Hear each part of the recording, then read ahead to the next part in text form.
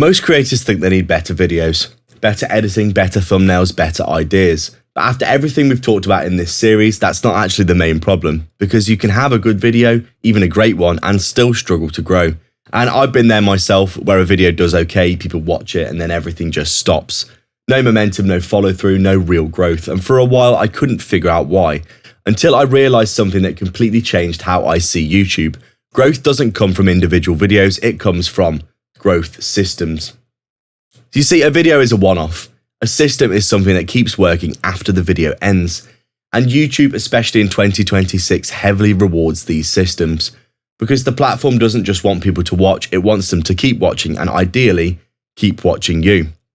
So the goal isn't just make a good video anymore, it's make a video that leads to another. Think about how people watch YouTube when they're really engaged.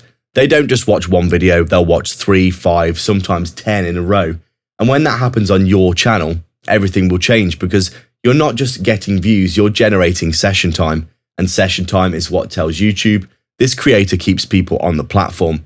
And that is where the push will really start to happen because YouTube just loves this.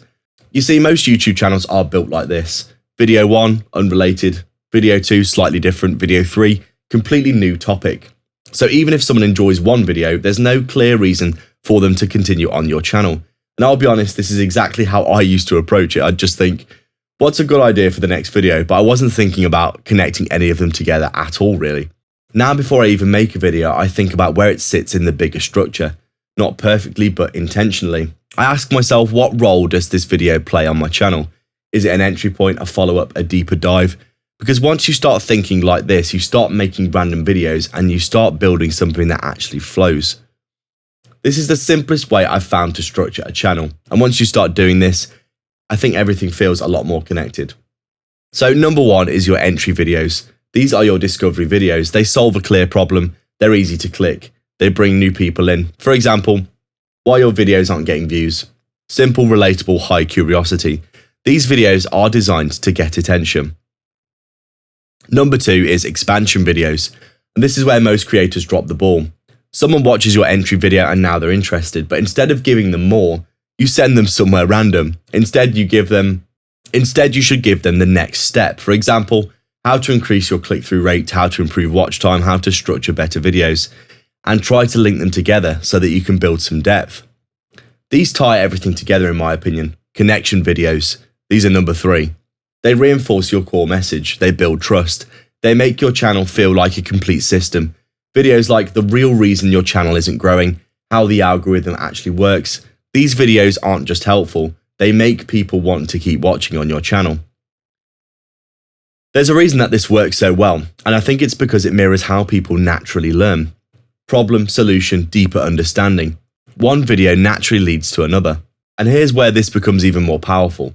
When someone watches entry, expansion, connection, they don't just watch one video. They'll probably watch multiple. And that multiplies your watch time, your session time, not even by a small amount, but this will be a dramatic increase. Now, when I started thinking about this personally and started doing this, something changed for me. My videos didn't feel isolated anymore. They felt like they actually all belonged together. And I started noticing people watching multiple videos in a row, not because I told them to, but because it made sense to. And that's the key, I think. It has to feel natural. Now, there's a subtle trick that you can use to increase your binge watching. It's something small, but I think it makes a big difference. At the end of your video, don't just say, watch this next video. Instead, try to connect it together. Make it feel like the obvious next step. For example, in this video, we talked about why your videos aren't getting views, but the real problem might actually be your click-through rate.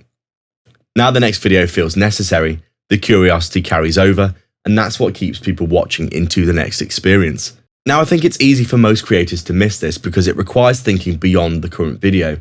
It's easier just to focus on your title, thumbnail, editing, but YouTube growth in 2026 is a lot more about flow, how everything connects, how everything builds together. So instead of asking, how do I make this video better, ask, how do I make this video lead somewhere?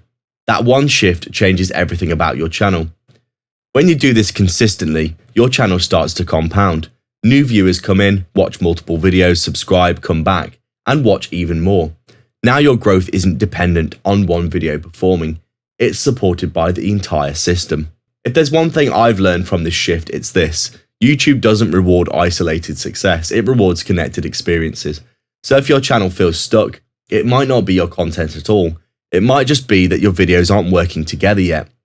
So if you go back to part 1 of this series, you'll see exactly why choosing the right niche makes this system even more powerful. Because once you combine a focused niche, connected videos, and a binge-worthy structure, that's where growth starts to feel predictable.